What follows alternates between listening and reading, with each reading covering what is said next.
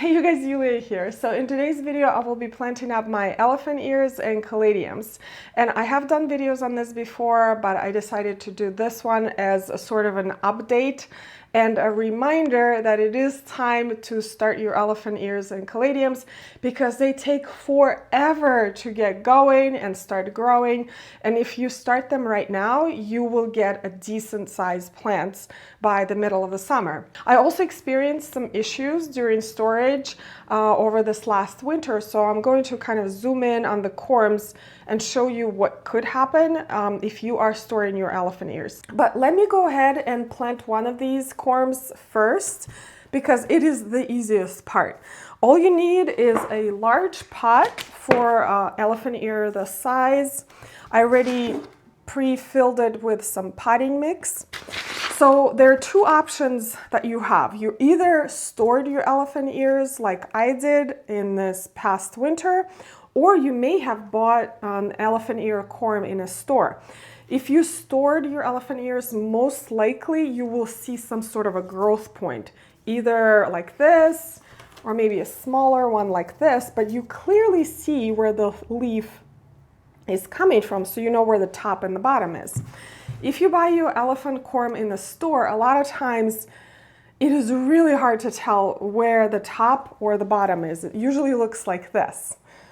So it's this really strange object, but I will zoom in for you and kind of tell you how to identify the bottom or the top.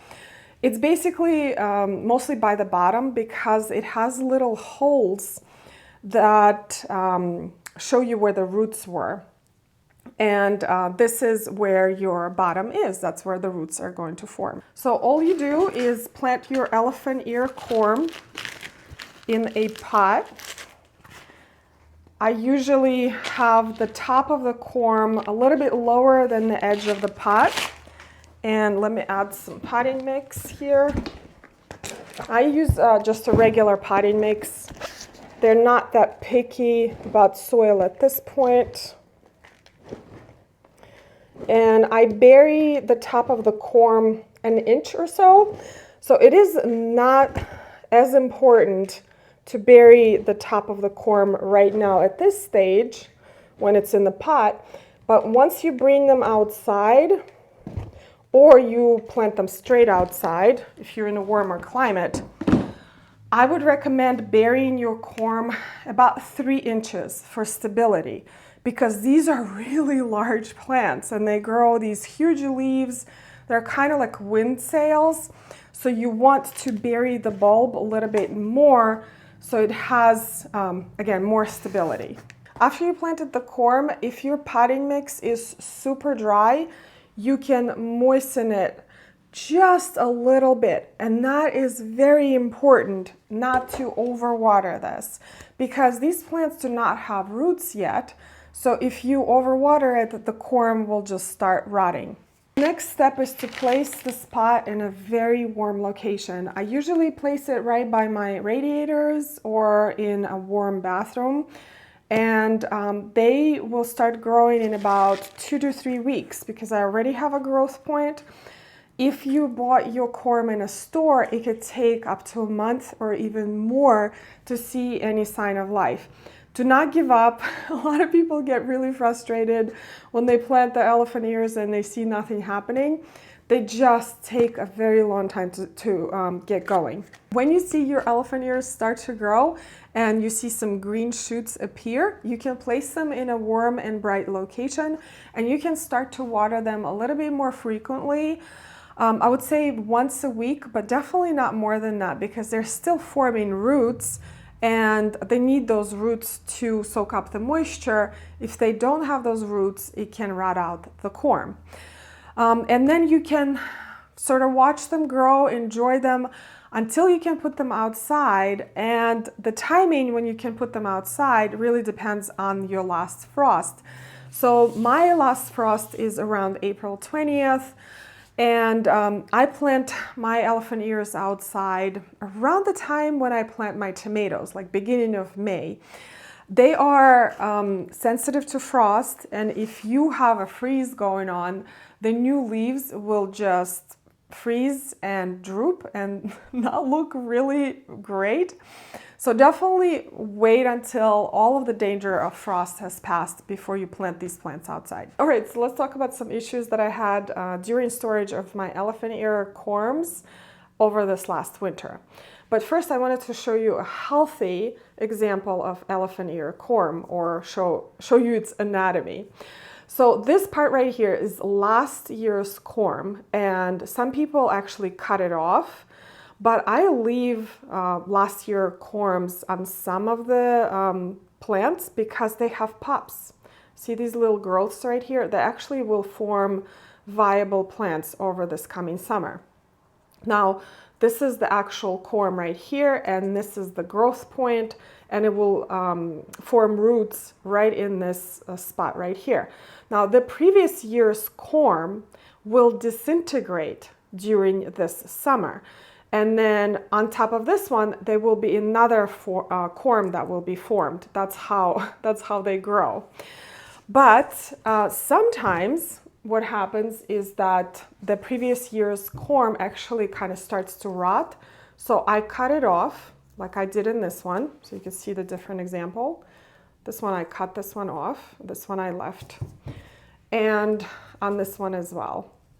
So the one thing to remember is if you decide to cut off previous year's corm, just let the spot callus over before you plant it. So here is another example of previous year's corm, but I sliced through it when I was digging them up for storage last year. But you can see it did not rot, it just calloused over. It actually looks okay, but I am going to remove it because it does not have any pups. So I'm just going to give you an example of how to cut off a previous year's corm. So I use a sharp knife and I just slice through it just like this. Make sure you let this part callus over, and this one you could just throw away in the compost. All right, here is an issue where corm started to rot over storage. So this is not a viable corm at all because you could see the fresh rot on this. It is not callusing over, so this is actually garbage. Sometimes the pups actually get big enough so you can separate them and plant them in separate pots. So actually these I already divided from its mother plant, and it will become its own viable plant over the summer. Now, in addition to storing my elephant ears as corms, I store some of them as houseplants, like this beautiful mojito right here. Now, if you stored some of your elephant ears as houseplants, all you have to do this time of the year is to make sure that you place them in a bright location so they receive as much light as possible. Because even when you store them as houseplants, they kind of go into semi-dormancy, and their growth kind of gets a little bit stunted. But once you place them in a bright and warm location, they will start putting out leaves. And again, you will have a gorgeous plant by the middle of the summer. Now, another method of storing elephant ears that I tried over the last couple of years is storing them in pots. So all I did is I brought all of the pots with elephant ears that I had on the patio, and I placed them in the basement in a cool location, and I stopped watering the pots. So what happened is that the leaves dried out and the plant went dormant. And I only watered it maybe once a month during the whole winter season. But if you stored your elephant ears like this, all you have to do right now is place it in a warm location and start watering it just a little bit, not to rot out the corm. And soon you will see some shoots that will start to appear, and you will have a beautiful plant by the beginning of the summer. All right, so let's talk about caladiums now. I actually planted a lot of them already last night, and I just have a few more to plant today. But these are the corms that I stored from the plants that I had in the garden last year. And I just stored them in the regular shoebox with some wood shavings. They store quite easily for me. I actually had a couple of rotten ones and I forgot to save them because I meant to show them to you, but it's so easy to see the rotten ones. They're just soft and mushy, so definitely throw those away.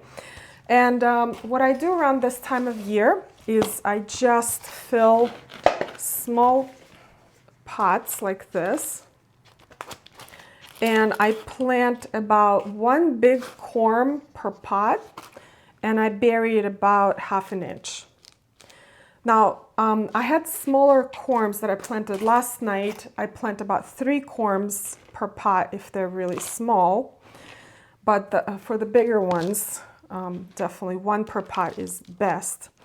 Now, caladiums, in my experience, are even harder to wake up than elephant ears. So what I do after I plant them, I actually place them in plastic bins like this, because I want to keep humidity up in there because I really like higher humidity.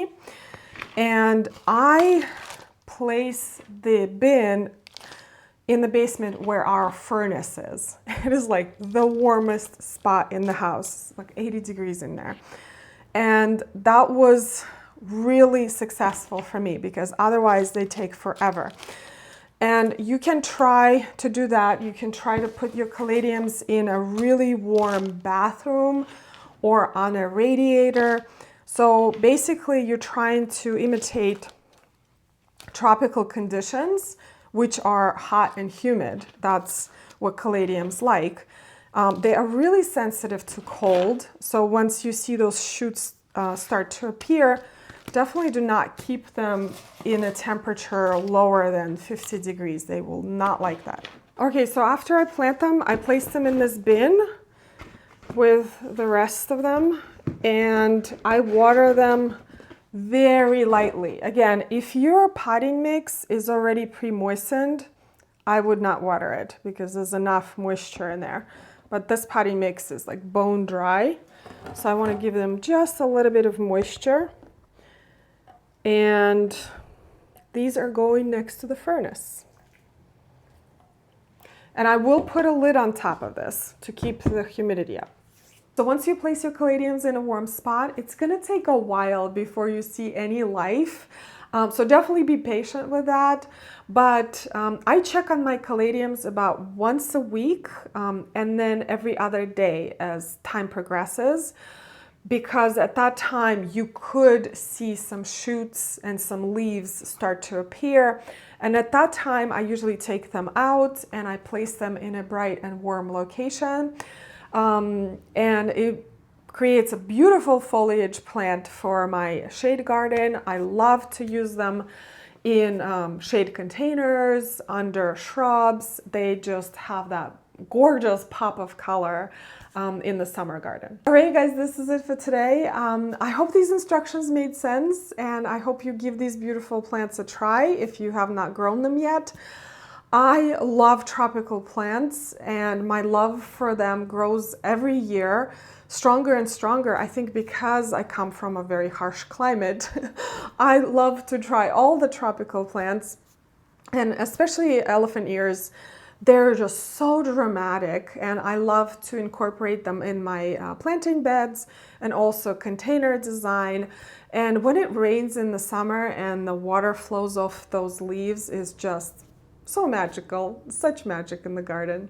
Anyway, thank you so much, you guys, for watching today's video. I hope you learned something new, and I will see you in the next one. Bye.